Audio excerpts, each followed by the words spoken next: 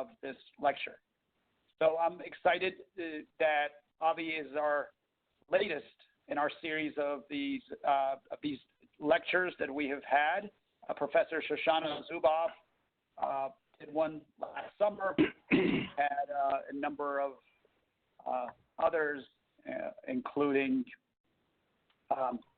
Nobel economists, Nobel laureate economists, and some of you may remember Professor Zuboff delivered a talk on her research on surveillance capitalism, which I think has been informative and allows us to think about things that we normally don't think about as we consider the digital economy and digitized platforms and the effect it has. We try to advance ourselves. So today, I am excited to introduce a speaker whose research allows us to continue engaging with new frontiers in economics and competition policy.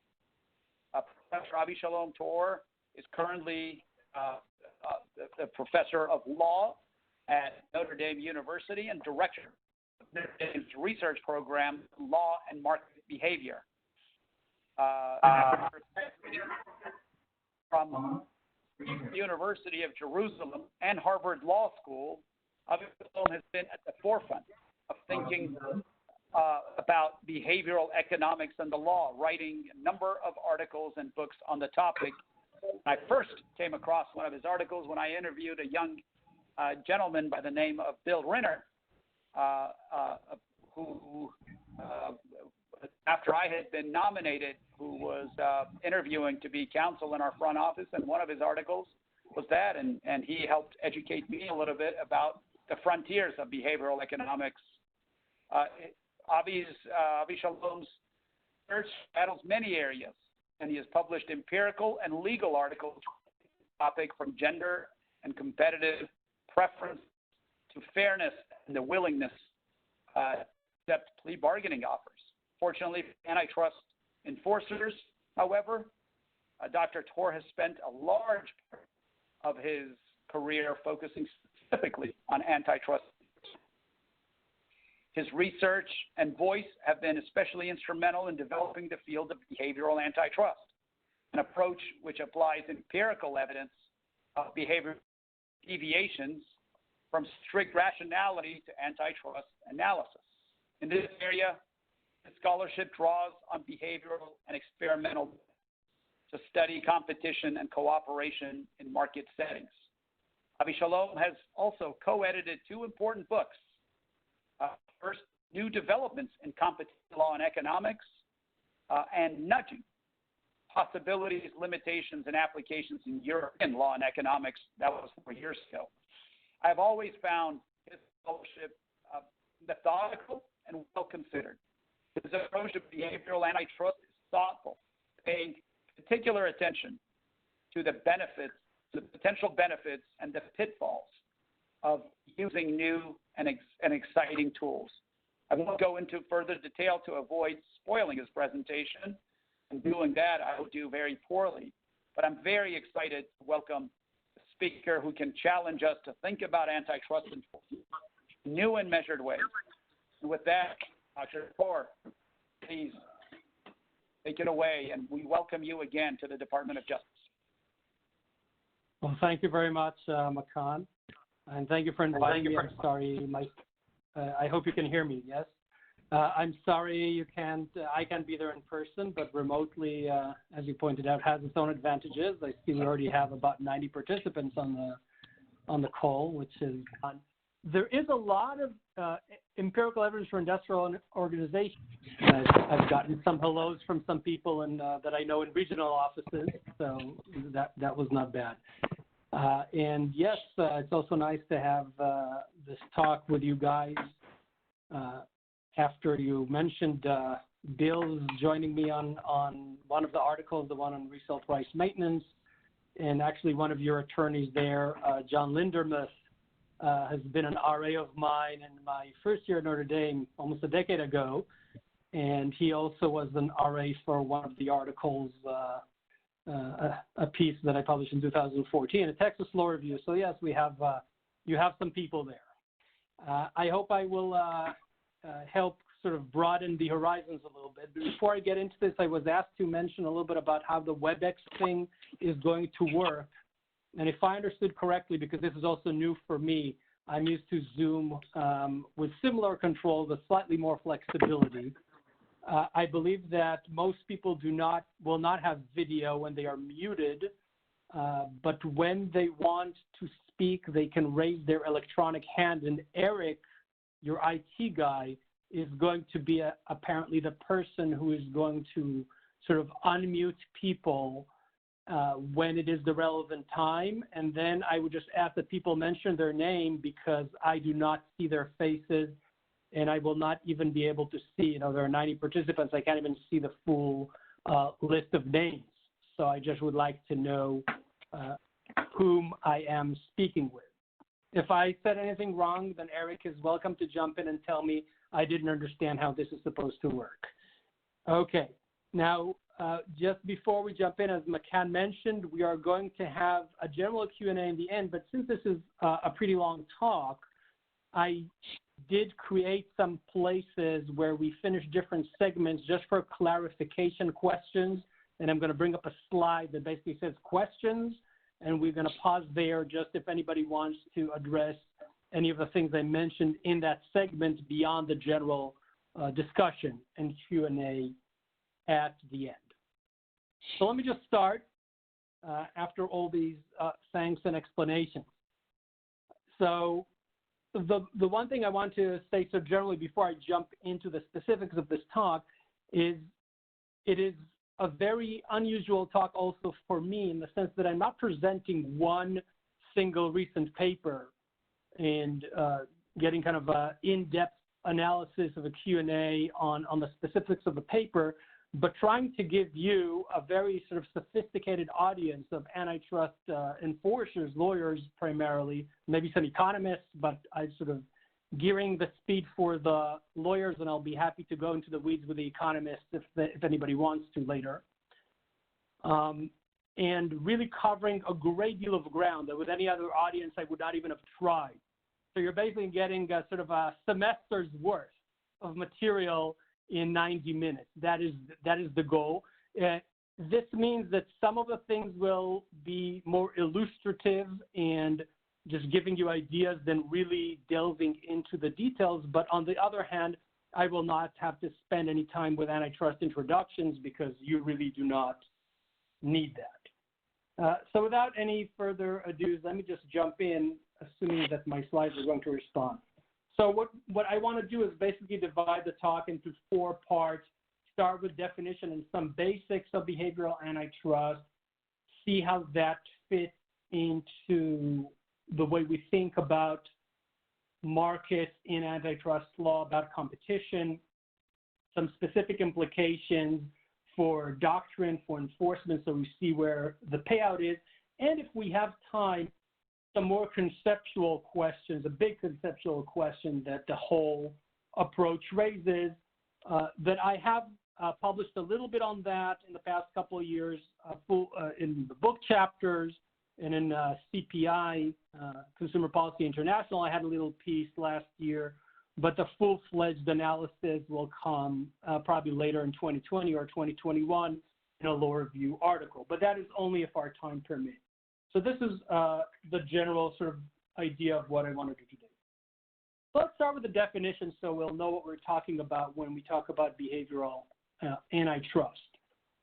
And what I'm talking about is the application of empirical behavioral findings to antitrust law and policy, which means, again, my controls are a bit slow, so forgive me if there are delays in moving through the slides.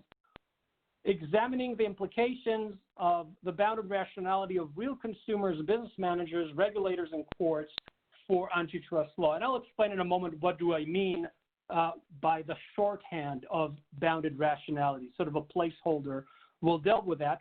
You'll notice I put regulators and courts in gray because I will not go deeply into that. There hasn't been a lot of analysis. There is some, and we are speaking to regulators here, or at least enforcers, but nevertheless, we will focus on consumers and business managers and firms in this presentation. And as you see from the slide so far, I try to put a bit more material than I would normally put on the slide, just as placeholders for you and to make it clearer, but obviously there's a lot of additional information.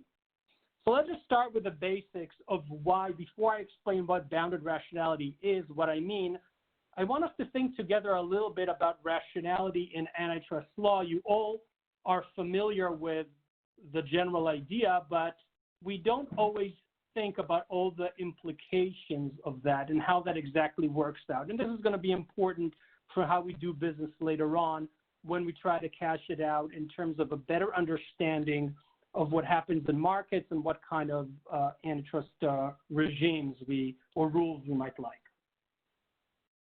So the general idea that we're all familiar with, we're protecting competition, and that competition we're protecting is supposed to be among rational suppliers that seem to want to satisfy the demands of rational consumers.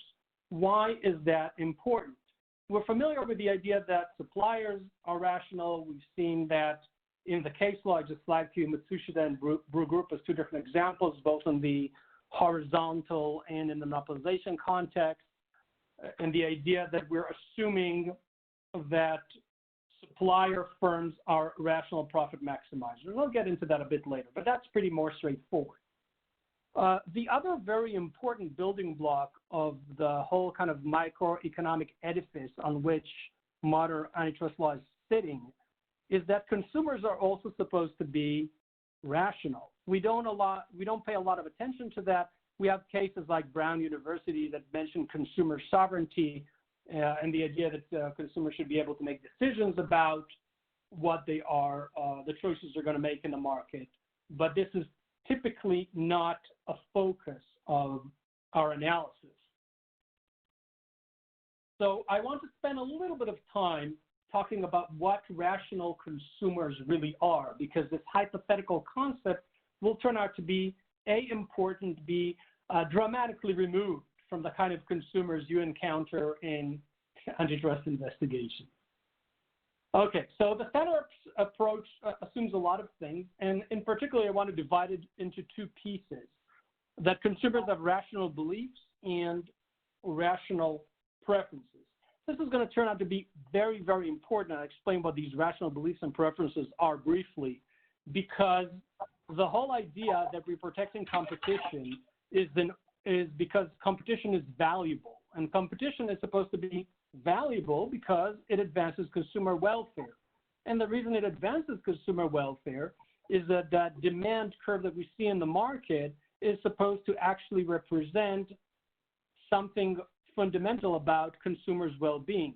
What consumers are willing to pay in the market for a given product is actually a signal of how valuable it is for them, for their utility, for their well-being, and that is maximized through our basic economic models. And if that is not going to work, we're going to have some conceptual problems. So what are these rational consumer beliefs and preferences we typically talk about? Let's start with the beliefs. The idea is very simple. Rational beliefs means that consumers do not exhibit any kind of systematic biases or mistakes when they judge different aspects of products or services. So, for example, consumers do not have biased estimates of product quality. They have no mistaken judgments of absolute or relative prices of different goods or services. They're not mistaken in predicting their own future needs or preferences, and I could keep on. And the reason I'm flagging these concrete things in a consumer context, because you can immediately think, even without my getting into the weeds, of a lot of ways in which these assumptions perhaps are violated, not only by any one of us individually, by consumers more generally. So this is in terms of the beliefs. Okay, no systematic biases and beliefs. Notice that it's not a problem if consumers make occasional mistakes. So anyone can make a mistake. But the problem is, for example, if consumers systematically underestimate their future use of something. Imagine a credit card line or if consumer overestimate their need, to use the current example of toilet paper. Okay, those types of things are not supposed to happen. This is not a random mistake that one person buys more and the other less, or one person overestimates and the other underestimates, but that consumers in general, as a group in the aggregate, tend to exhibit a systematic bias. Now, what about the choice part? Rational choice is a pretty complex concept, but the core of it, and I'm not going to get technical here because what matters is for us as lawyers to understand the spirit of it rather than the mathematical technicality, is the idea of consistency. To be rational, people need to be consistent. We all love thinking of ourselves, and we think we are consistent. But what that really means in the models is that we have what we call complete and orderly preferences. So we know exactly about any kind of product, service, in fact, everything else in the world, but since it's consumers, let's limit ourselves to products and services. We know exactly how much we value each one of these things, both vis-a-vis one another, so apples to oranges, but also more generally in terms of how much money we're willing to place on these things.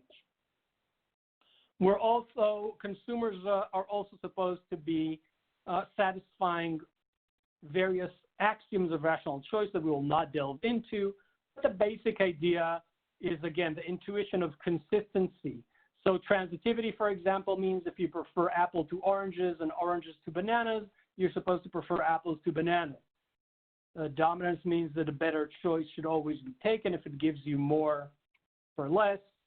And I'm just mentioning this last one. There are many other axioms because if there's any economist in the background, the regularity is a technical requirement that says if we give you more options that you're not going to choose, more choices, they shouldn't matter about how you treat the already existing options. And it's an assumption that is baked into some simulation models that are used in certain merger investigations.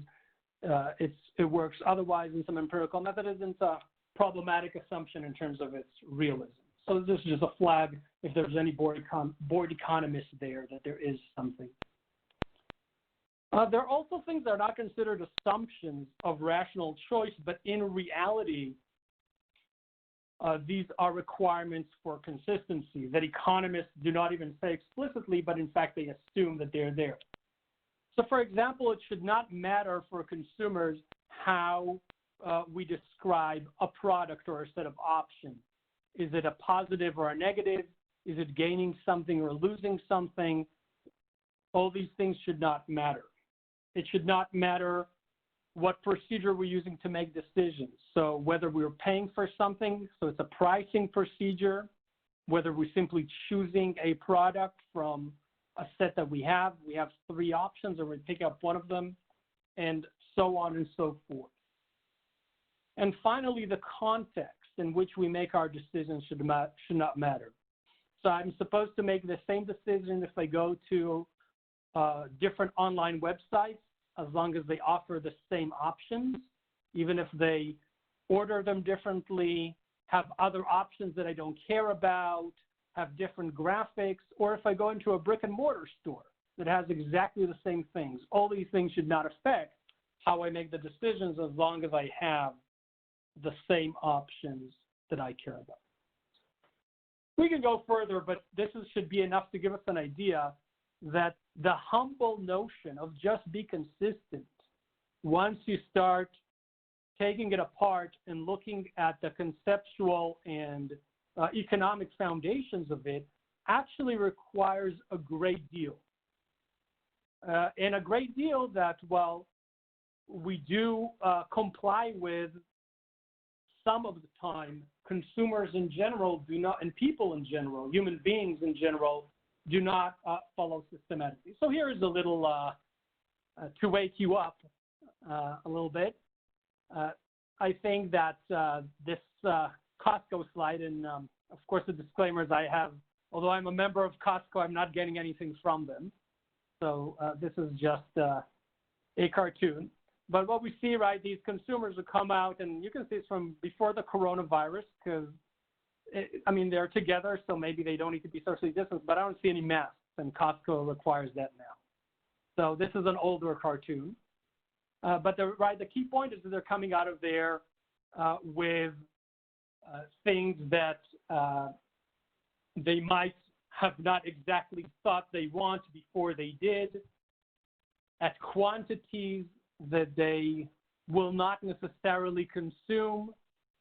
And that cactus, I'm sure, is going to be awesome in their living room, but I'm not sure it was part of the game plan.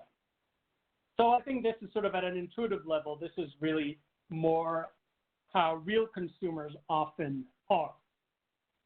Which brings us to the bounded rationality concept that I talked about. So let's talk about bounded rationality a bit more systematically as we wrap up our basics. The notion of bounded rationality started out with Herbert Simon, won a Nobel Prize many years back. And the idea was basically, look, people have limited cognitive resources. This was a time when computers were just kicking in. And the idea is we have limited resources. We are not going to optimize in every little decision, whether it is, and I apologize for the people who do care, whether it's exactly what I'm going to wear every morning or whether I'm going to take the umbrella out, or even if it's a more significant decision of something to buy or sell. Of course, I will do some analysis. Of course, I will try to reach a great decision. I care about it, particularly if it has significant finances behind it, but I'm not necessarily capable of optimizing in every context simply, and it's even hard to know what that means. So we just often try to make decisions that are good enough. That idea was taken further already, this is now almost about 40 years, almost 50, the time that Tversky and Kahneman started doing their work. Again, another Nobel Prize, Danny Kahneman, you all heard about it. And the basic idea there is it's not only that we have limited cognitive resources, but the way this works is that when we make judgments, so we're trying to assess the state of the world, what things are, and decision, making choices, under uncertainty, we need to do this quickly, and we have our limited resources. And the way we do this is we rely on what's called heuristics, sort of mental shortcuts, or different environmental cues that we're pretty good at picking up and making very good decisions overall. Everyone who's on this call is very good at this stuff. You got pretty far in life. You did well in school. You did well in college. You went to law school. You've been succeeding professionally. Clearly, this overall is working for you, even if occasionally you don't make the best decision that you can, right? And so the intuition here could be we're doing well overall, even if it means some quick and dirty decisions. So just to give you a flavor of what heuristics mean, how does a person in the public, how do you judge your risk from COVID, given the uncertainty involved? And how do you compare, and how do people in general compare that risk to many other risks that they face in their life, whether it's medical risks, other health risks, accidents, what have you? One of the things that we do is rely on heuristics. We see a lot of information out there. We do not have the full information. Nobody has yet at this point, although there's more and more as time goes by, but we're not putting everything into a supercomputer with a complex algorithm, but we sort of make these snap judgments. So since we hear about COVID all day and all night, or at least we have heard until a couple of days ago, we've been hearing about it all day and all night, people tend to think of COVID as a very risky situation. Now, obviously, there are risks with COVID, but there are other risks that people may be less aware of because they're not covered, say, as much in the media, or maybe because their symptoms are not described in such detail, or maybe in other ways they are less vivid, and therefore they may underestimate those other risks. They may overestimate COVID and so forth. So this is an example of judging by heuristics. It makes sense in general to use the availability of things as a proxy for how likely they are. In general, in life, if something never happened to us and never heard about it, never saw it, it's really less likely, right? But there are factors, obviously, that can bias this, and as a result, bias our judgments of risks and benefits, for example. Same things about decision-making. Oftentimes, the way the environment is set up gives us clues on how to behave, not only because of things like social norms. So you're going to put on that mask just in order for people not to be upset at you, even if you think that you are distanced or the environment doesn't require it and there's no legal obligation, but also in more subtle ways, that the way things are set up give us cues for behavior. One of the famous things you've all heard about, I'm sure, aplenty, is the idea of default rules or default arrangements. That would be one example. People are definitely affected by defaults. To take one concrete example, in a consumer context, a few years back, a German car manufacturer, whose name will not be mentioned, obviously, has collaborated in a field experiment where the tools that they had on their websites for people who want to go online and buy a vehicle were configured in two alternative ways. One option is you go in, you get a no-frill basic vehicle, and you can add all the specs you want. And you've got a list of about 15 or 20 or whatever it is specs, whether it's the kind of sound system and the leather on your seats and the sun and moon roof and the electrical windows and so on and so forth. And in the other option, you've got the full spec vehicle, obviously at a higher price, and then you could click off whichever elements from the list you didn't want. From a traditional economics perspective, these are completely identical consumer choices. And this was done with real consumers. So it's people who went and they already knew that they probably wanted a vehicle from that manufacturer and even knew what kind of model, but they still had to customize their choices online. And what interesting result was that the difference of about close to 10% of the value that people paid, the price that they paid for the vehicle, that was the difference between beginning with a default of no frills and adding the specs you want, or going the other way around with a fully loaded option. And you can imagine it was the fully loaded option that the car manufacturer ended up with consumers paying on average 10% more to retain some of these options. So this is just one of countless illustrations, both in the lab and in the field, how these types of factors can affect both our judgments and our decisions. We also know that motivation and emotion can have pretty substantial effects on judgments and decisions. And obviously, social preferences, already mentioned, are something that affects our behavior in both positive and negative ways, whether it's because we care about others, whether it's because we want to not appear as if we're violating some norms, or sometimes because of envy or spite, right? These things also guide behavior. So all the stuff that is not accounted for in the basic economic model, I'm sort of packing into bounded rationality as a shorthand. So we don't have to say the myriad ways in which human judgment and decision-making deviates from the assumptions of rationality. That's kind of long, right? So I think bounded rationality will work. And the punchline, right, is that we have not only random noise, but systematic predictable deviations from the hypothetical perfect rationality that we're using to undergird antitrust and the significance of competition. So we have boundedly rational consumers, and this is particularly significant for policy because on the other side of the fence, we have these sophisticated actors. We have many business firms and other players, even doesn't matter how they're incorporated or what is the structure right now. But these are on the supply side, they tend to be sophisticated, and they are capable fully of exploiting that bounded rationality of consumers. They don't have, by the way, to have a full understanding of what exactly drives consumers, although there are a lot of people who go to business school, get MBAs in marketing, and try to sell their services, not to mention things like McKinsey, et cetera, who try to tell you how best, right, to develop your brand and get consumers to pay more and so forth. But more generally, they have plenty of experience and they see the data.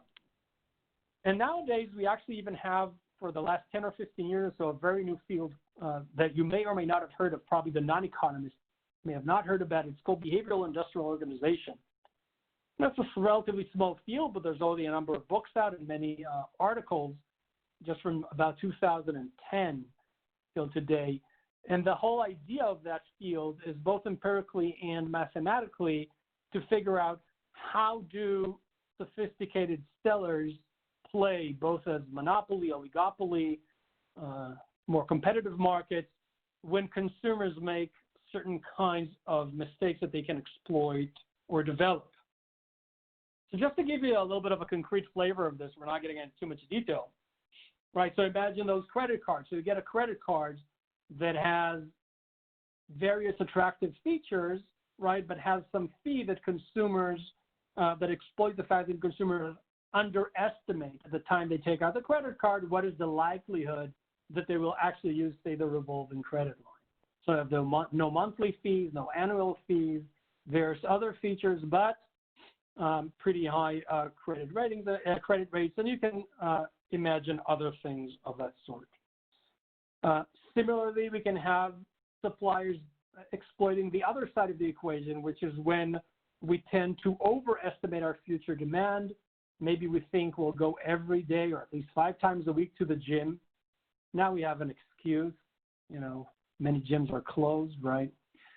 But perhaps at least some of us have overestimated when they paid their gym memberships, and they would have been better off paying much more per entry and still have ended with lower fees, for instance, than an annual subscription. And we could imagine many, many other settings in situations where sophisticated suppliers are able to exploit the better rationality of consumers, occasionally not just exploiting and even facilitating errors, for example, by more, say, complex pricing schemes or other types of activities, not to mention, of course, the role of advertising besides purely conveying information to consumers. So all of that is pretty intuitive. One thing I want to flag before we finish our basics is it's not just the consumers that even, excuse me, even many very traditional economists would agree that are not perfectly rational actors. The firms themselves do not always act rationally. And the reasons they don't always act rationally is, remember, firms are supposed to maximize profit. And in general, they really try to do that. They're supposed to, they have shareholders. The shareholders have want their value to be maximized. They're the residual claimants in our economic parlance. And that's what firms are designed to do. But of course, firms are, legal concepts, and in fact, they operate through agents, human managers.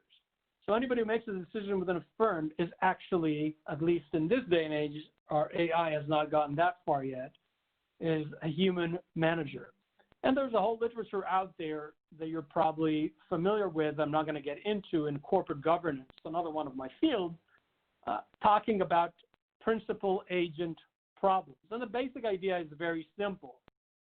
Managers have their own agendas, their own preferences, and even while they wish to do well in their job and get rewarded for that, they may also act in ways that do not necessarily maximize profits. To take an example that you may have heard from recent days, it's not antitrust. One of the big things On the SEC side of the fence has been those ESG disclosures, environmental, societal, governance things. And in general, we've heard noise from a lot of organizations. And one example would be a guy that you may have heard of named Fink, who happens to be the CEO of BlackRock, which is the largest passive manager of financial investments in this country. And he is supposedly in the business of maximizing the investment income of all those 401ks and other investments and mutual funds and everything else that is invested through BlackRock. They have major holdings in almost every corporation, for example, in the Fortune 500 and more beyond that. And nonetheless, he has been talking recently about how important it is and the kind of pressure they are going to put on the companies they invest in, for example, to stop investing in fossil fuel economy type companies. Now, obviously, if they're investing in those companies today, it's because that BlackRock thinks that it's profitable for them to invest in these companies. So by assumption, changing those investments, in fact, there is some empirical evidence on that, will reduce profit. The investors, most investors in BlackRock, care about the profits and not about what the CEO of BlackRock says in terms of his own personal values. So that is an agency problem. The same way we can have managers who will pursue even noble goals, but the goals that are not necessarily the goals of profit maximization, that space that they have to do things that are not perfectly value maximizing is the same space that they can also act in ways that are not perfectly rational, particularly if they think they are maximizing profits, but making mistakes, and it's pretty difficult to tell. Now, of course, business managers have a lot of incentives, not only their salary, right, the major compensation, stock, options, so forth, but we have a pretty extensive literature showing that just trying hard or having a lot of money on the line does not eliminate all of the mistakes, because the problem oftentimes is not that we don't try hard enough, which may be true when we make very unimportant decisions, but simply that our judgment and decision-making under uncertainty has limitations, and therefore we might make some mistakes even when we try very hard. In fact, occasionally we do worse when we try very hard. There's a lot of interesting empirical evidence there. Expertise obviously helps, and managers are business experts in their field, so we would expect them to do better. But again, we have a lot of evidence that experts also show biases. Notice also that the process of bringing someone to be a top manager, particularly in a large corporation, involves a lot of what we call tournaments. Sort of inside the firm, you rise up through the ranks or laterally from another big organization.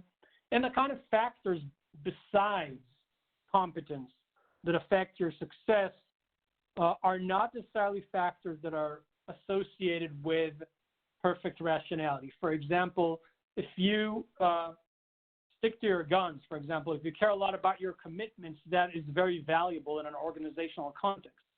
But economists teach us that we should ignore sunk costs. That's awfully not happening in organizational context. But the person who cares a lot about sunk costs may be a more committed type person and therefore advance. There's a very big literature in behavioral corporate finance on the effects of managerial overconfidence. And that's actually very interesting because in antitrust, we don't have a lot of evidence of whether a particular action of a board or a manager in the market is actually profit maximizing or not. It's very hard to tell, which is also hard for them to tell because markets, product markets, service markets, they are complex. We have a lot of players and it's not so easy.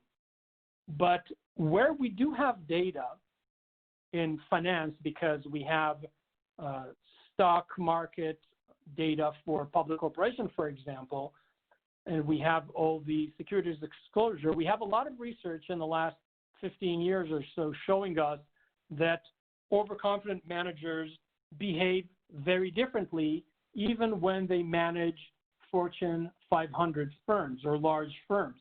So, for example, banks with overconfident managers take greater risks than other banks. Top-performing mutual fund managers take greater risks and perform less after they perform well. Overconfidence also distorts investment and financing decision in public corporation at the firm level. And that's when we just look at the CEO, not even the top 5. And in fact, we have already studies showing that overconfidence can explain differences in acquiring firms' volume, type, and financings of M&A activity. So the individual characteristics of top managers actually have a relationship, have a causal relationship likely with how corporations act, even when they operate in markets, even if they operate within firms. Of course, if something is pretty routine, we have what's called organizational repairs. Companies can do pretty well that way. That means that if Toyota has a way of doing business they've done 10,000 times, they figure out how to do it based on experience, and now they have certain norms of how to do that. Or if a bank figured out that their loan officers have to go through a certain procedure and their decisions have to be checked by a third party, they follow that routine.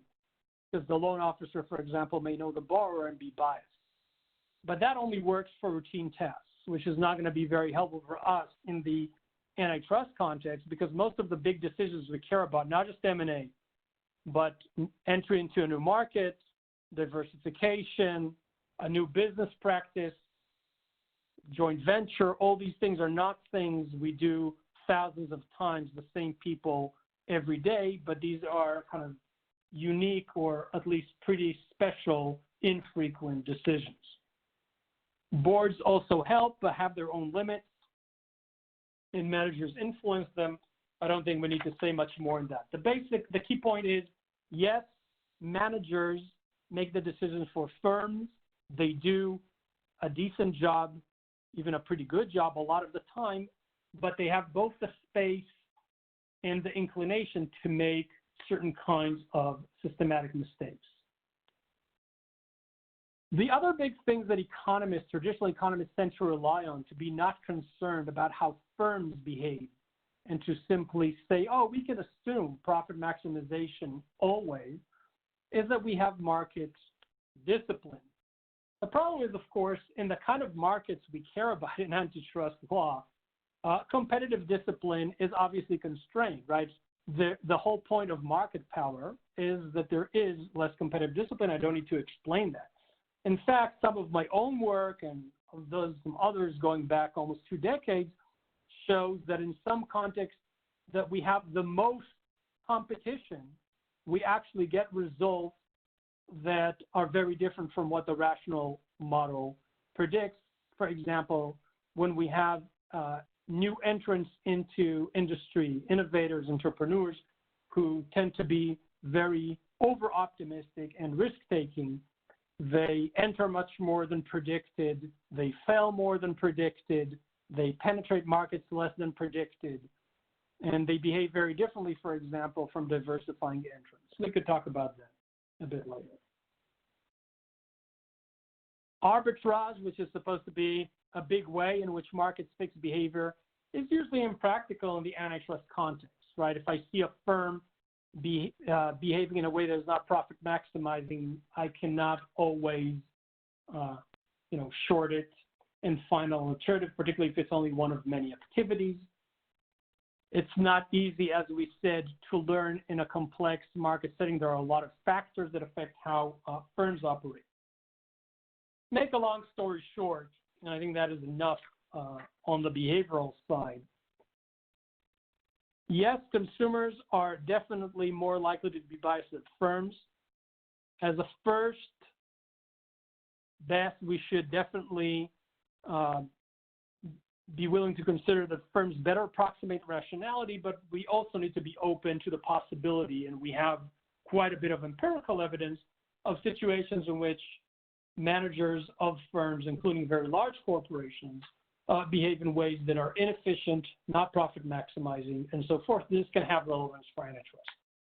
Let me just pause here for a moment for clarifying questions before I go into what this means for how we look at markets. So if you have a question, please just unmute and ask the question. Thank you.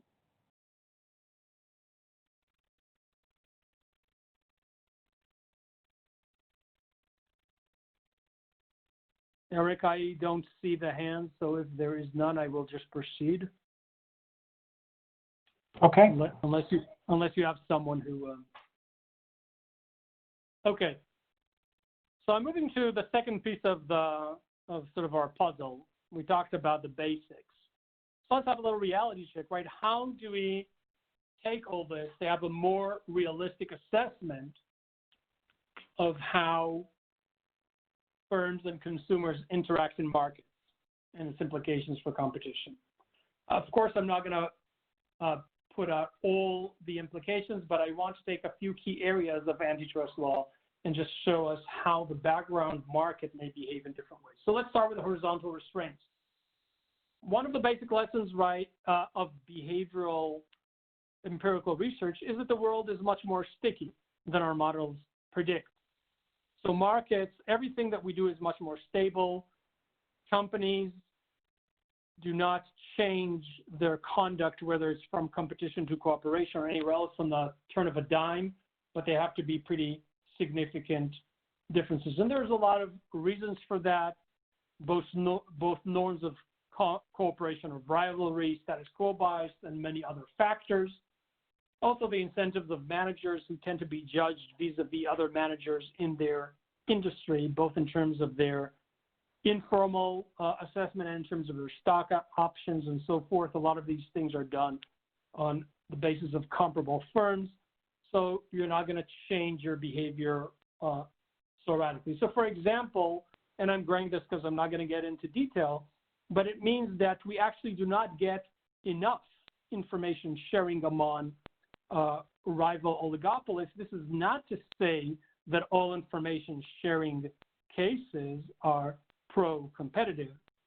For example, if you have a case that I will not mention that the Department of Justice concluded in the last couple of years, where we have, say, a number of TV station providers who share information that is relevant to their negotiations with the advertiser, they may very well share in anti-competitive ways.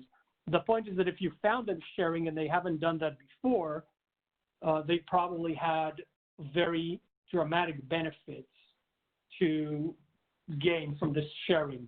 It wasn't just slightly more beneficial to share than not to share. Perhaps more significantly to your mission, there's a much higher likelihood and stability of cartels in many market settings where traditional economic theory says that they shouldn't be. This is very obvious to those of you who deal with a criminal enforcement, where you're not basing your indictments on economic theory, but you have concrete case-specific evidence, usually generated through leniency and so forth. And when you have actual evidence of cartels, we know of a lot of cases, you could probably tell me of more, where we may have a market that hypothetical models say, oh, they're just very low barriers to entry, or the products are very differentiated. There are a lot of players, various factors that should make cartelization unlikely and unstable, and we have actual concrete evidence of these things happening. Which suggests, right, that our economic models that we use in other contexts, such as in coordinated effects, may need to be revisited. Market power, on the one hand, because of behavioral factors, it's not always fully exploited. You notice the outrage when people were trying to charge a bit more for various sanitizing products in the early COVID area. Even there was a shortage in the market, and consumers are not happy about prices increasing. And if you went into any major retailer, if you found what you looked for, the price was not hiked by 50 or 100%, even though the demand was there. Why? Perhaps because of reputation with consumers. Maybe in the long run it is profitable. Maybe social norms, other factors. The same idea of stickiness means that although we obviously always have fluctuation in market shares, when we have highly branded products, we tend to have more loyalty, particularly if we have things like rebates, loyalty programs, frequent flyer, etc. type factors. We get sort of a stickier world in terms of market shares than economic theory predicts. And I already mentioned the issue of entry. What's interesting is that we get this excess entry because entrepreneurs are often over-optimistic. It has very limited short-term impact, and that obviously harkens to the merger guidelines that we can mention later.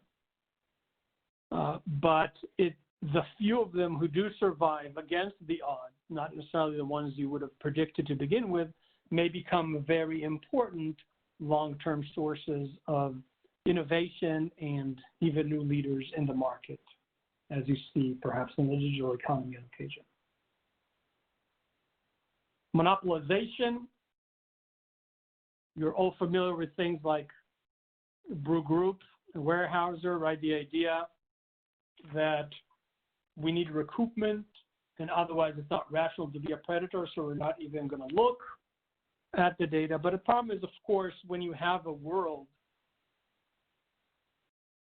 where the targets of predation do not know for sure my costs and benefits, and even more so when I have a world that some predators or some dominant firms may act on occasion in a way that is irrational, suddenly a very simple game theoretic analysis tells us that it can become very rational to act what looked before as if it is irrational to develop a certain reputation. So if you don't want to mess with Bill Gates at his time, even if it's a market that still had pretty low barriers to entry, you may be able to very effectively deter entry and engage in irrational predatory behavior that actually is very profitable.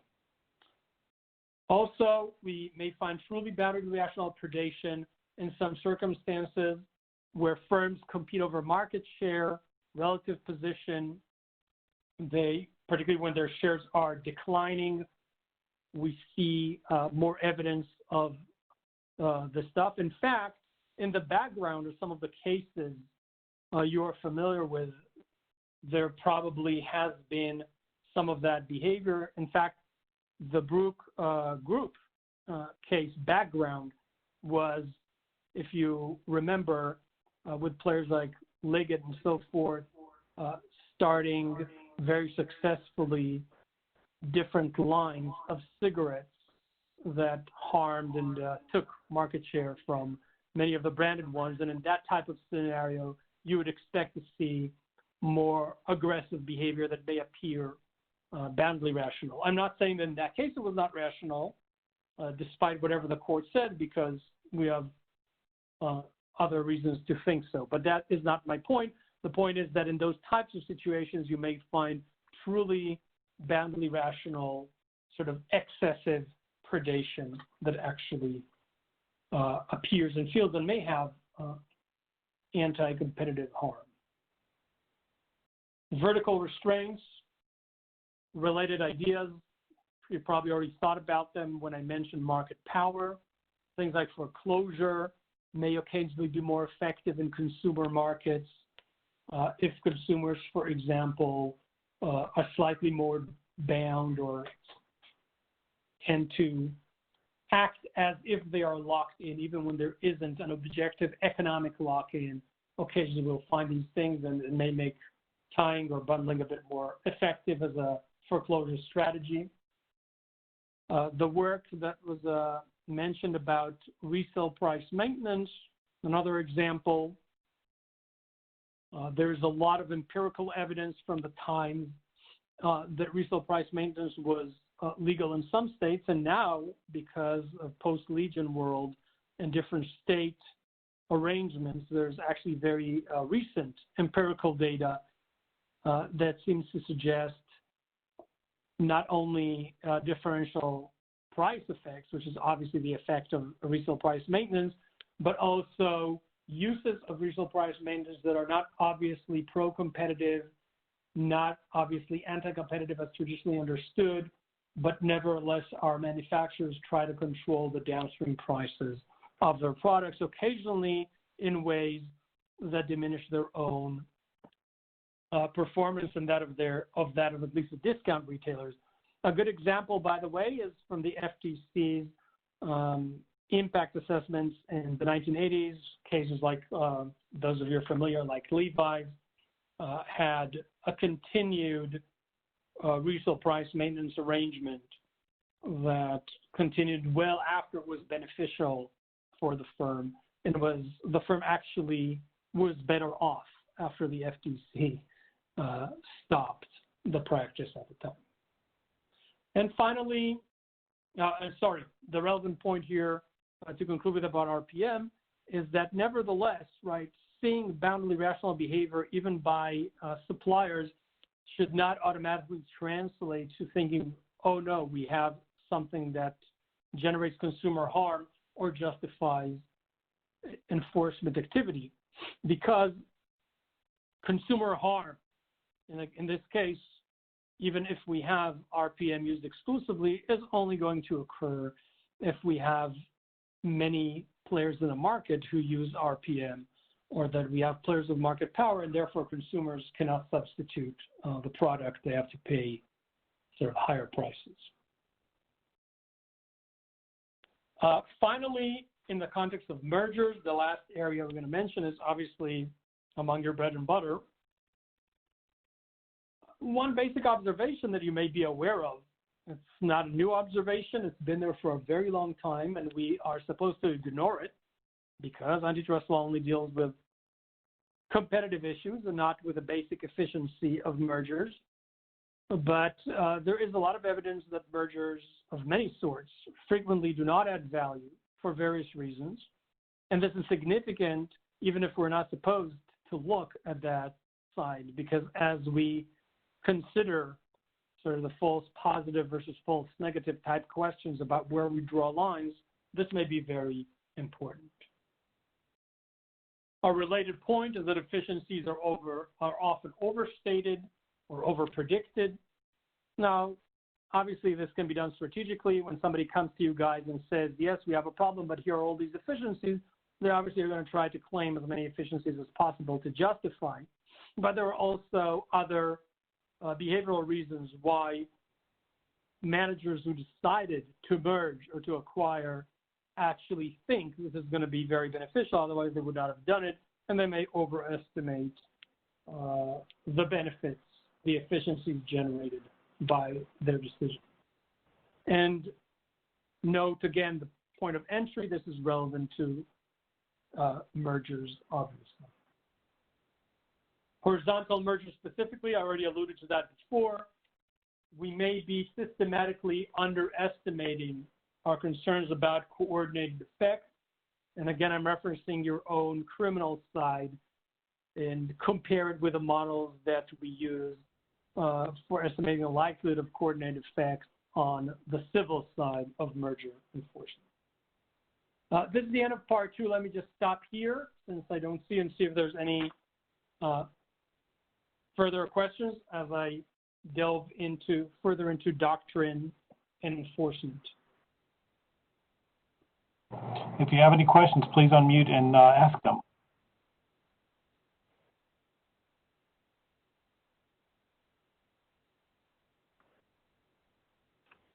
Well, so we're all in a step, or maybe everybody is on their Facebook, Twitter, or just the news that are very active these days.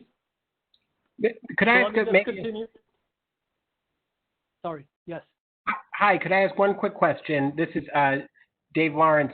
You mentioned with respect to information sharing, a tendency to suboptimally share information. I was wondering if you could elaborate a little bit on the mechanism there. Yes, I have a full article on that, Alabama Law Review 2004.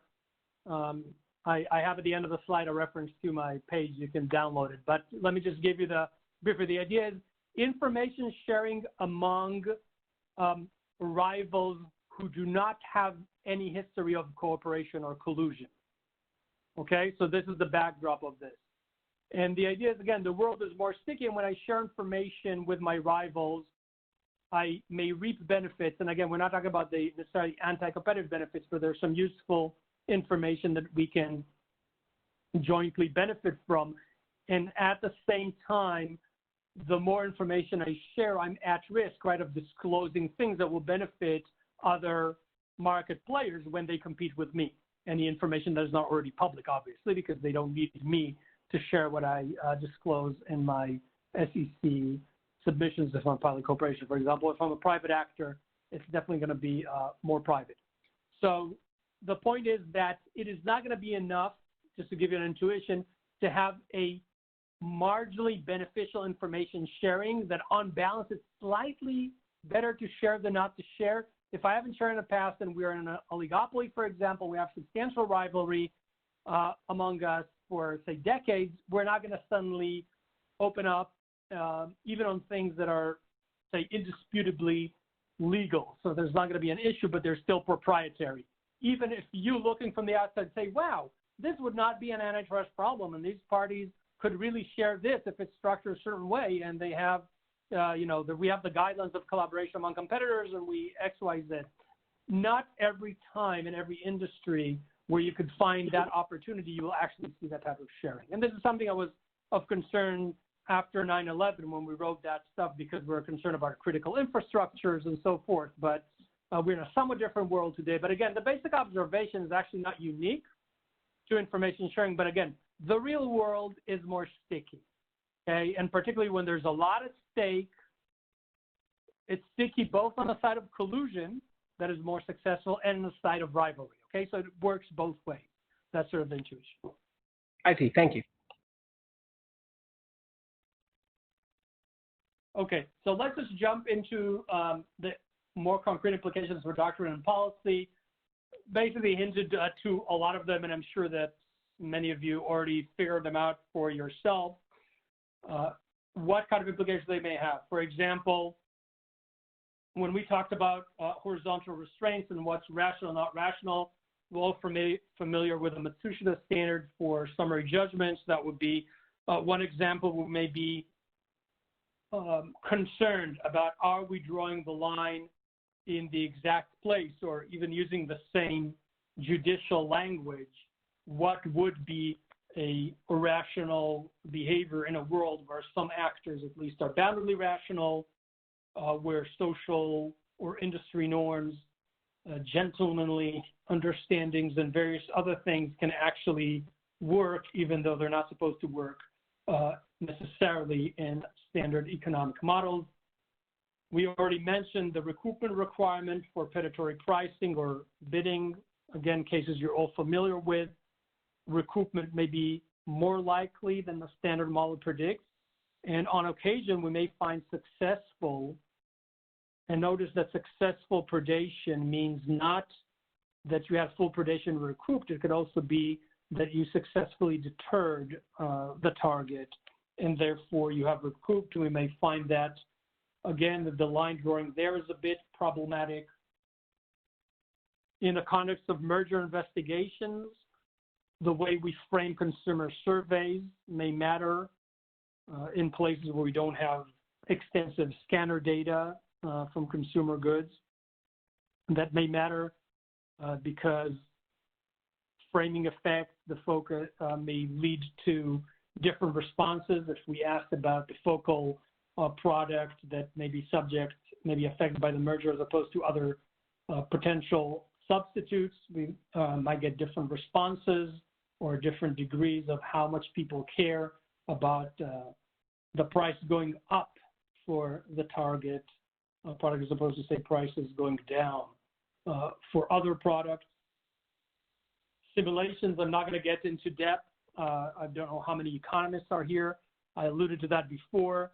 The idea, simulation models have their own strengths and weaknesses, and we don't need to get technical here, and they've been criticized on various grounds. One of the things that we need to consider is what type of assumptions they make about consumer demand. Sometimes they make assumptions that, at least in some markets, may be slightly problematic. An interesting example for those who follow this is a European example some years back with the Volvo-Scania merger in terms of heavy trucks and how simulations were used there. Entry we already discussed. We have entry analysis in the guidelines. Rapid entrants, which are part of the market, and the behavioral analysis actually supports that, because the rapid entrance means usually they're larger, they're diversified, they're existing players that don't tend to have be less biased, have higher success rates, and have more short-term impact.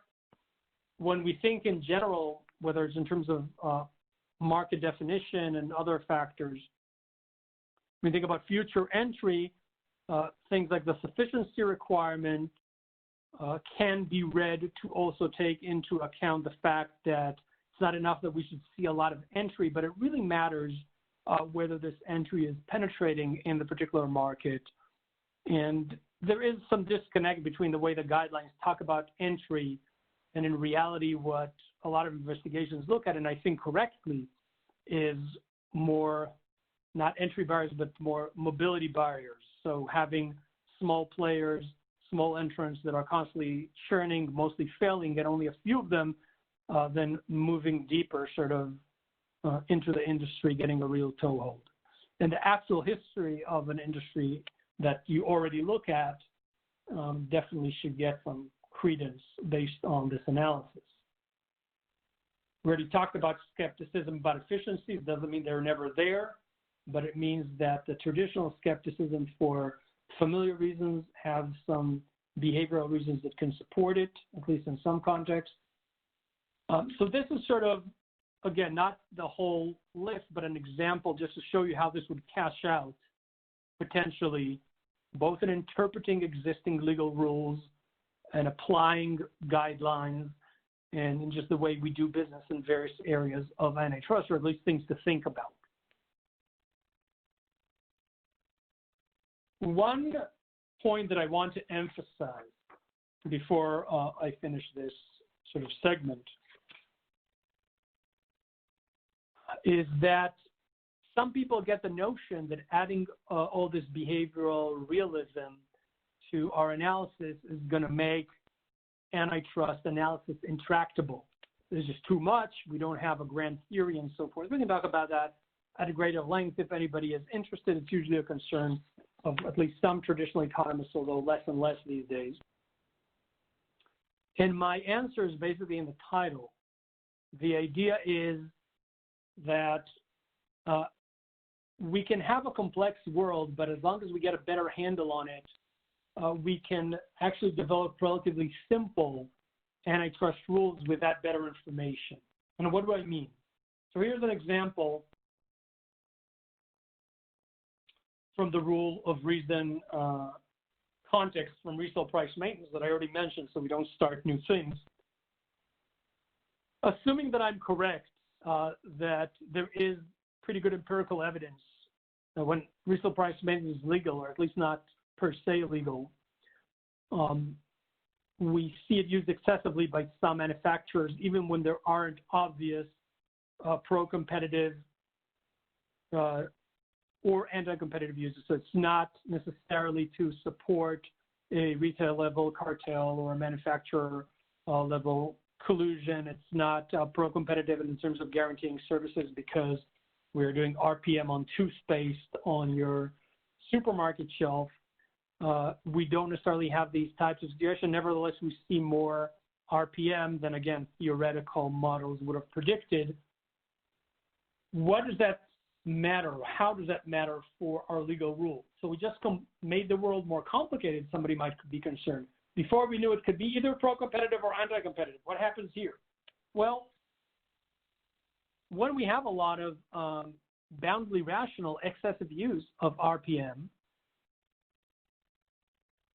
in addition to instances of pro-competitive and anti-competitive uses, we can say a few things. For example, we can say that per se legality or illegality, which have been, illegality is our history and maybe some states. Legality has been advocated at various points in time by old Chicago school scholars and others, are not reasonable rules for this type of context, because beside the pro and anti-competitive uses, we're going to see a lot of it that is not always harmful, but happens a lot. Same for the unstructured rule of reason, which places, obviously, as you guys know, very heavy burden on plaintiffs that make it practically impossible for a non-governmental plaintiffs and even to government prosecutors many times to actually find, to prove rule of reason.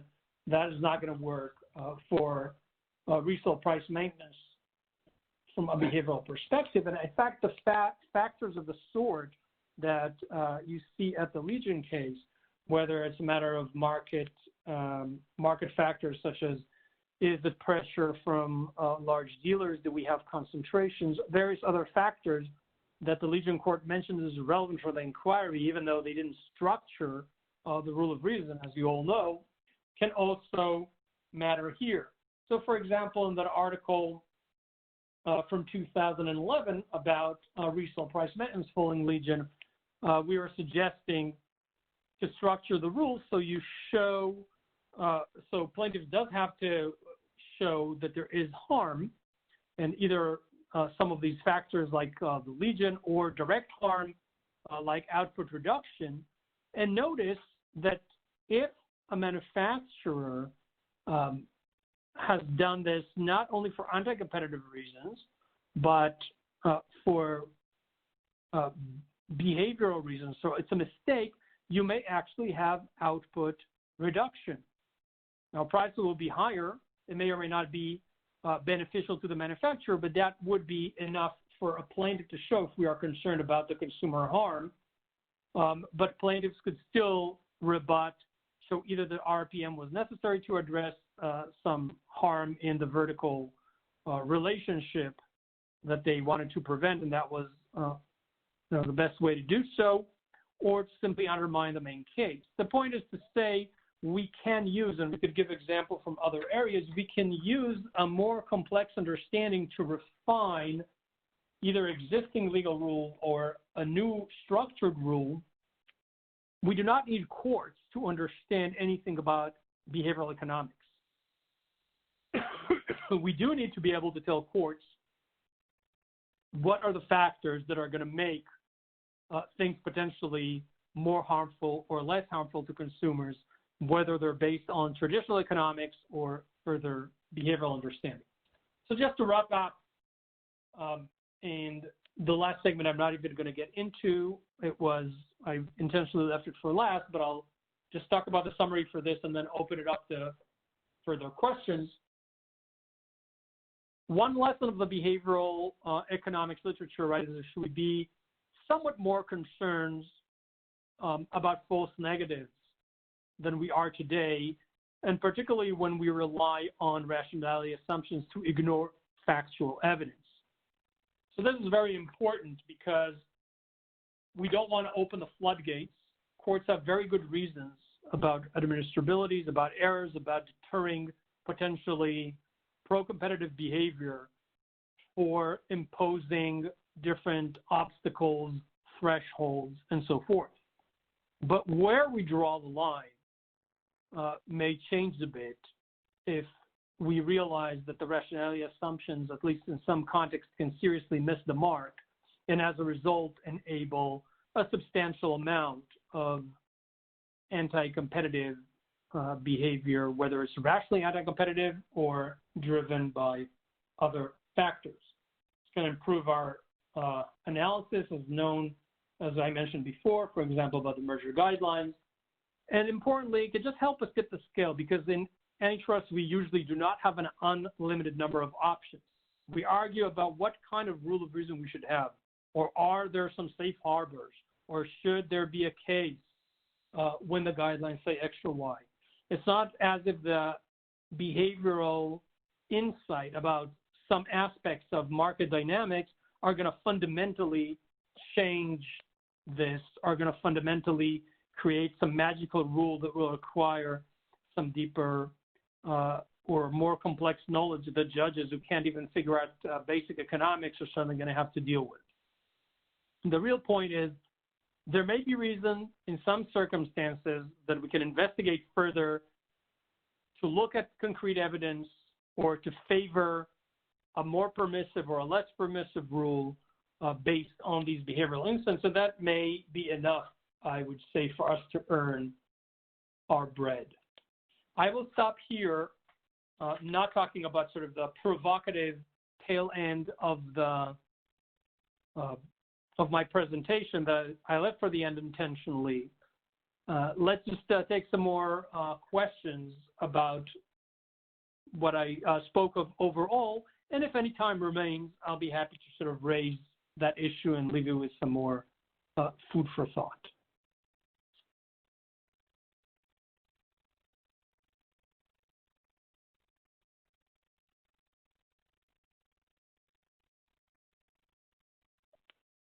Okay, so if we don't have any more questions, maybe I can jump, take about 15 minutes to get my last segment in, but I still want to make sure that we're not missing anyone who's still having difficulty with our mute button.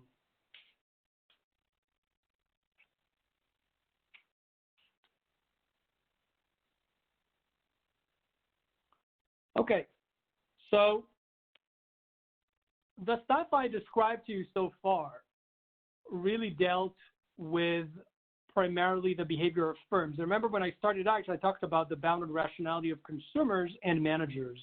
And most of the, not everything, I mentioned some things, particularly in the merger context and some other cases where I talked about consumers, but this was mostly about better assessing and predicting how firms and consumers are going to interact.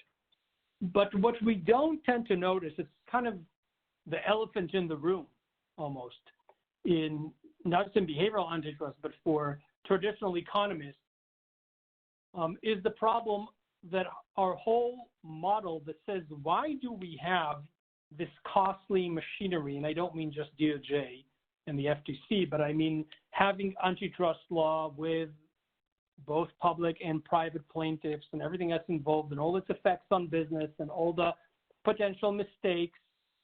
And we all know that lawyers are very important, but in fact, they don't usually add value in litigation unless they're in DOJ, obviously.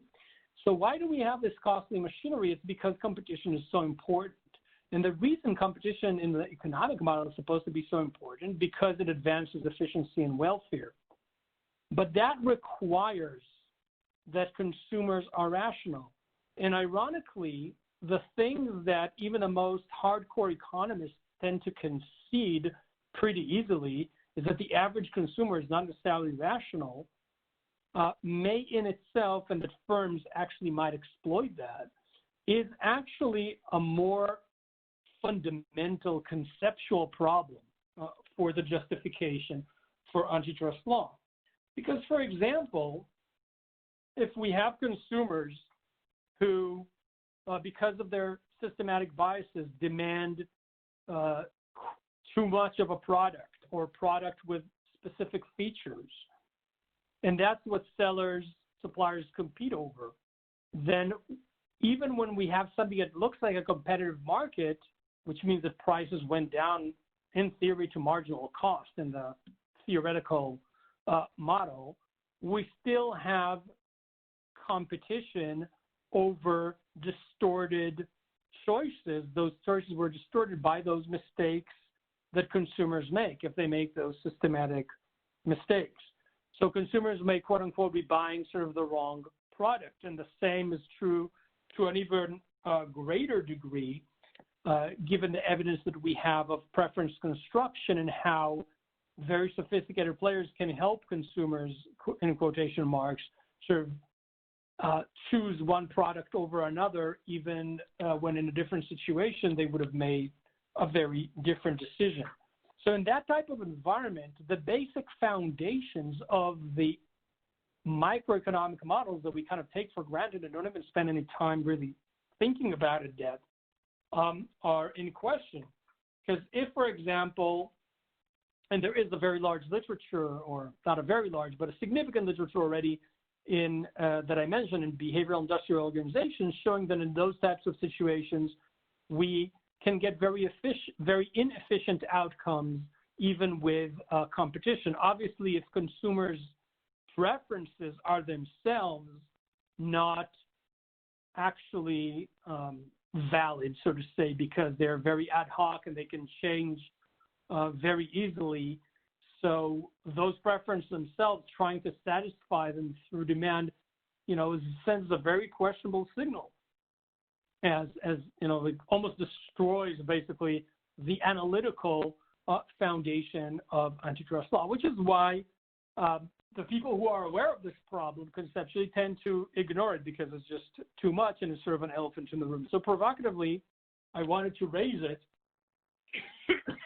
and just give a couple of suggestions why we may actually be very well justified in having antitrust agencies and antitrust laws in trying to protect and promote a vigorous competition, even if competition is not synonymous, even in a hypothetical, perfectly competitive market with perfect efficiency and maximizing welfare. So let me just give you a couple of directions for thinking of, sort of say, a more modest vision for antitrust, which maybe is more modest in the sense that it's more realistic, but I think it's good enough and even more to go on with. It just requires us to speak in a slightly more careful way about things. And I want to basically flag two directions of response, and then I'll talk about them in a bit more detail.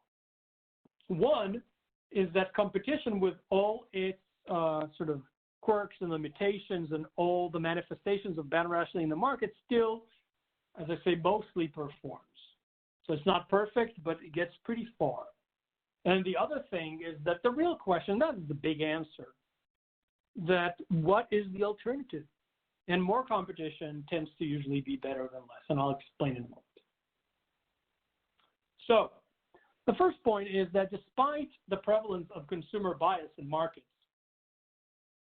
not only there are product markets that look more significantly like the standard model, and that could be either because it's markets where consumers have a great deal of experience, or because producers have the incentives to educate consumers, and therefore they have the incentive to provide good information and sort of teach consumers, and then consumers are able to make better decisions.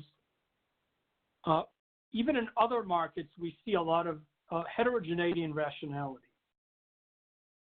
To make things simple, the basic idea here is that different people, different consumers at different times, in different contexts, and even the same person at different times, will show different degrees of deviations from rationality. So while in some markets or with some products, or sometimes, take, for example, in the extreme cases of the COVID pandemic, we've seen a lot of these examples. We can see a lot of behavior that is very hard to credit as rational in any economic sense, even with all the available information. Now, this is not universal, and not everybody bought enough toilet paper to last them until their grandchildren get married. This means that when we have a substantial minority of people, and I'm not going to get into the formal mathematical economic models, but the basic idea is when we have a substantial minority that behaves somewhat more rationally, we will have sort of less biased, more efficient market outcomes, even if they're not perfect. And finally, as he mentioned before, there will be certain markets where either consumers can learn or information intermediaries will have the opportunity to make a profit by educating consumers or offering them platforms. And in this day and age, this may improve over time as we get more AI, not only in terms of the algorithms on the side of the platforms that sell us goods or provide us with information, but we can have sort of a battle of the AI and have somebody who will check things more carefully and try to maximize our benefits. But even with real physical flesh and blood consumers, there are situations where we are more able to learn, or when suppliers or intermediaries have the incentives to educate us. In those type of cases, again, the claim is not that we will see no bias, and not that even under perfect competition, we're going to get the efficient outcomes, but we'll just have outcomes that tend to be approximately efficient and renders our standard models decent enough outside of some areas where we should maybe be a bit more concerned. And definitely the basic claim that competition benefits us would still stand. Same idea in the context of preferences, of consumers' constructed preferences. We have not delved deeply into that, but you'll remember my example, for instance, of the German car maker with the different defaults, the fully loaded versus the no frills, and the different outcomes. We do see these types of constructions of preferences in the market, but notice, even if we use that example, is that many preferences actually are, say, better justified or more rational, less obviously affected by suppliers or other random contextual factors, such as the default arrangement of the car's website.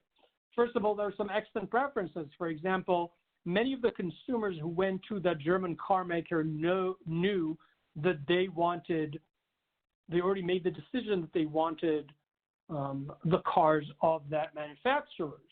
Maybe they had that car before. Maybe they tried many different cars. Maybe there are other reasons why they wanted that particular make. But the point is that that decision was not affected directly by the setup of the website. So we do have some excellent preferences. How valid they are, how quote unquote rational they are, is a matter of further inquiry. We don't have time to talk about that. But I just wanted to give you a sense that many of the decisions that we make, even if the details, for example, is this car, let's just say Volkswagen just because, is this car going to be a Volkswagen or not, maybe a more of a quote-unquote real preference, more authentic, relates to some of my other things. Well, the question of whether it's going to have a sunroof or not may be more subjected, or what kind of other specs it's going to have. Is it going to be surround sound A or surround sound B? May be subjected to the setup of the website and the defaults that they offer.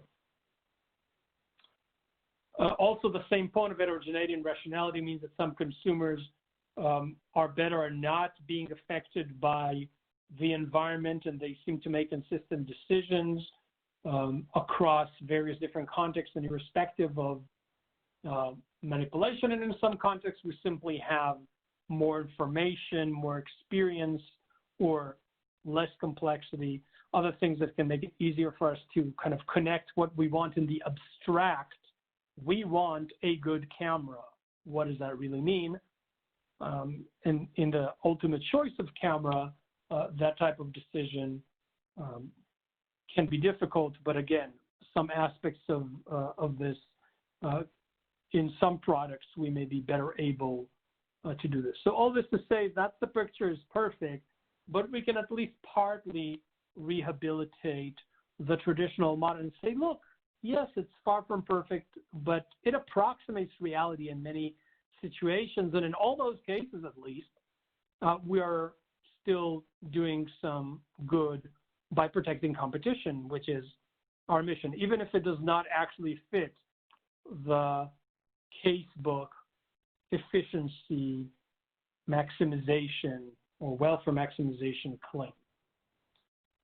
The more serious answer, however, that I want to mention to you and conclude with that is that we have good reasons to think, and again, this is a very big discussion, but I'm just flagging the provocative question and offering some directions of answers for you to think about, is that competition still does better than the alternatives. We always have to ask ourselves, more competition or avoiding a diminishment of competition versus what? What's going to be the alternative to competition? Right? And basically, it's going to mean less competition. So either it means fewer firms with more market power, or it's going to mean that some government actor is going to step in and regulate consumer choice. Right? That is basically the alternative to competition. And when we think about alternatives, we have a lot of evidence that when we have, even in those behavioral models, not to mention in the traditional literature, then when we have fewer firms with a great deal of market power, when we have monopoly or when we have tight oligopolies, consumer outcomes tend to be worse. And we would rather have, in general, more competition rather than less. Again, within limits, and there are other efficiency considerations. I'm not delving into the detail, but the basic point is not whether competition is perfect or not, but by saying if we're not promoting or protecting competition, right, we are allowing or promoting other things. To talk about direct regulation of consumer choice, some people may be very happy with say your governor telling you what you're allowed or not allowed to do, even if you think of yourself as a very intelligent and knowledgeable adult with their idiosyncratic circumstances. But in general, we have evidence outside perhaps of pandemics, but in normal market circumstances, that excessive regulation or a lot of direct regulation of the actual choices available, sort of communist style, is not necessarily the best way to serve the interests of consumers, even if they are imperfectly and boundedly rational.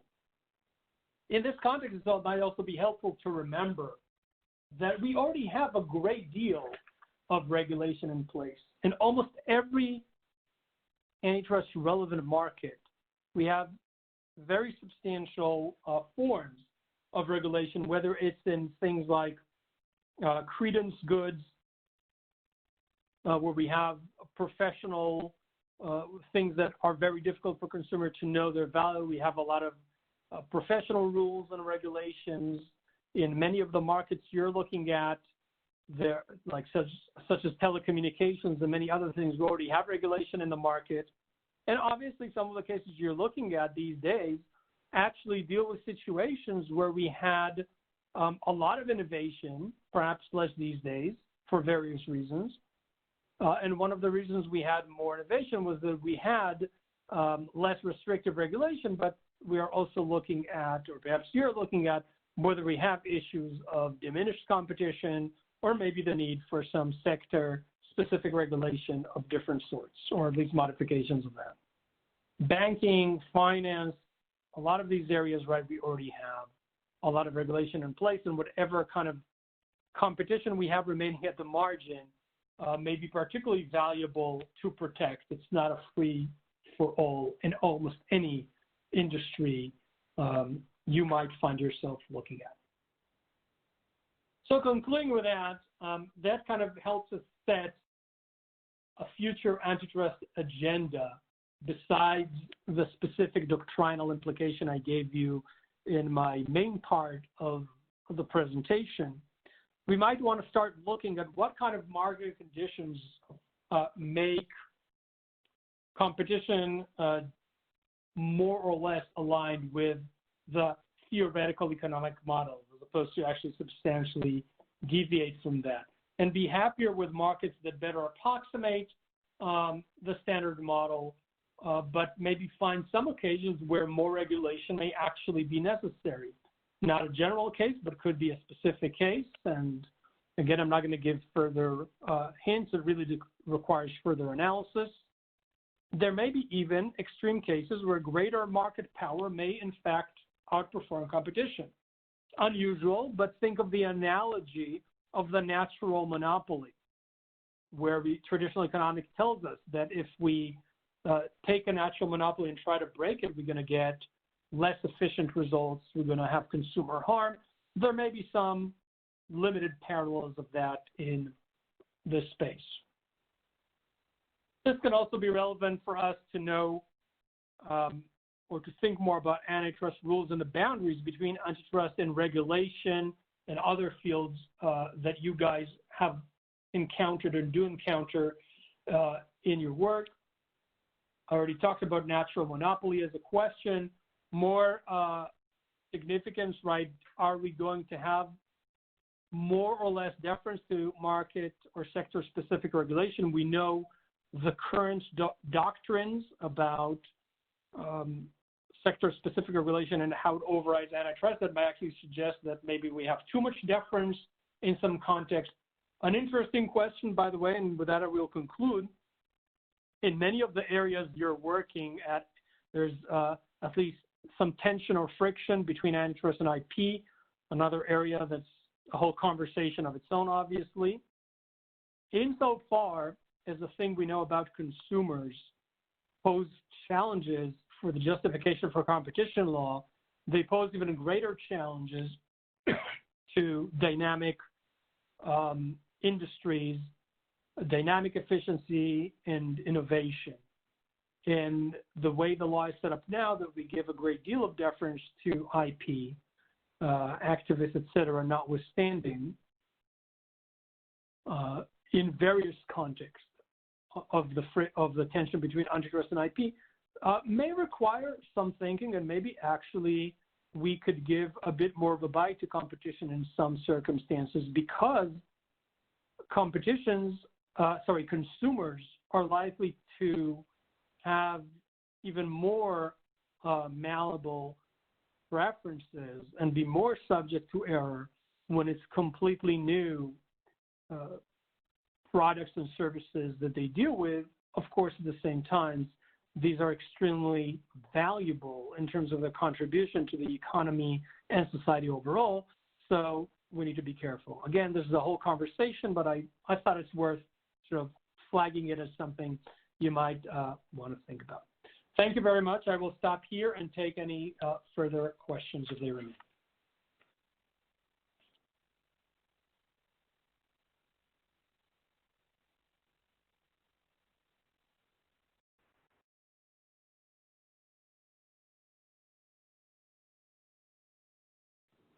Can you hear me, Avi?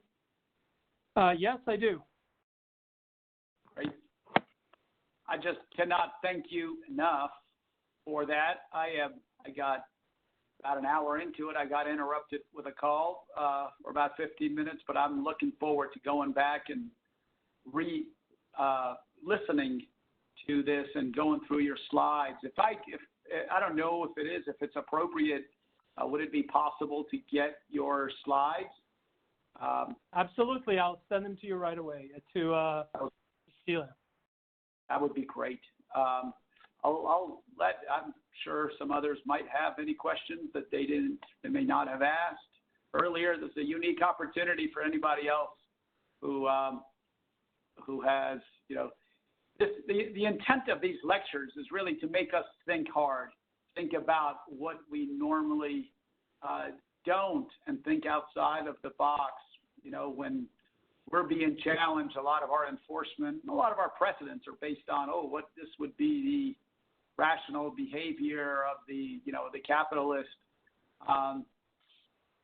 Sometimes it is, but not every corporation necessarily acts rationally. Sometimes people make merger acquisitions for, egos and other reasons that make absolutely no sense.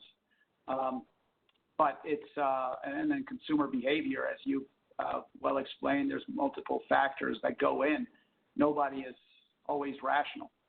So I think this is an important area for us to understand and see how we can incorporate it to better inform our enforcement decisions.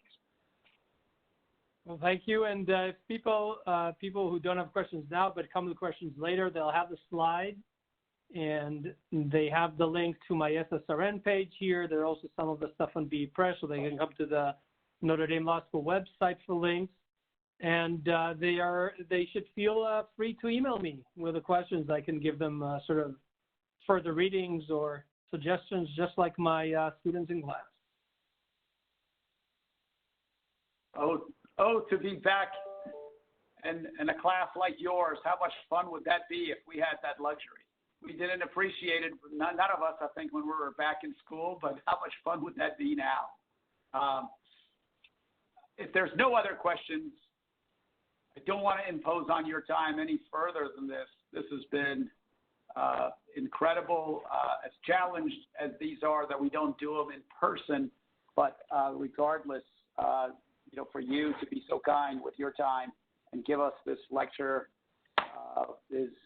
it's been, I think, a great privilege for us, and I'm just hopeful that this will help. It'll create a lot of discussions and questions internally about how it works. I'll look to our friend Dr. Wilder to help us lead that within the division, and of course CC and Taylor, who are always very curious about these. But again, I'm looking forward to the type of discussion that this will help catalyze. Great, thank you, and good luck with all your intensive work these days. Thank you so much. Okay. We'll send out now. Take care. Bye-bye. Bye-bye. Thank you. Thank you. Take care. Thank you.